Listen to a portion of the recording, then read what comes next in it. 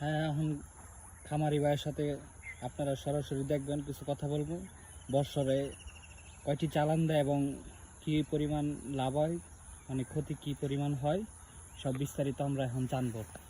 হ্যাঁ বলেন, বৎসরে কয়টি আপনারা করতে পারেন, চালান দিতে পারেন? দুইটি।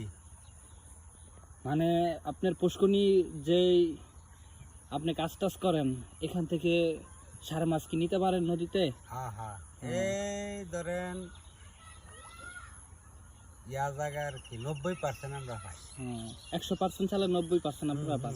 90, 85 এরকম আর কি। তাতে আপনারা তো ক্ষতি হয় না? না না না, মানে নদী এখান থেকে তো আবার নদীতে আপনারা ছেড়া দেন, তাই না? হ্যাঁ হ্যাঁ, এখান থেকে নিয়ে নার্সিং কইরা পরে নদীতে নিয়ে জালও দিয়ে পরে বড় করি আর কি।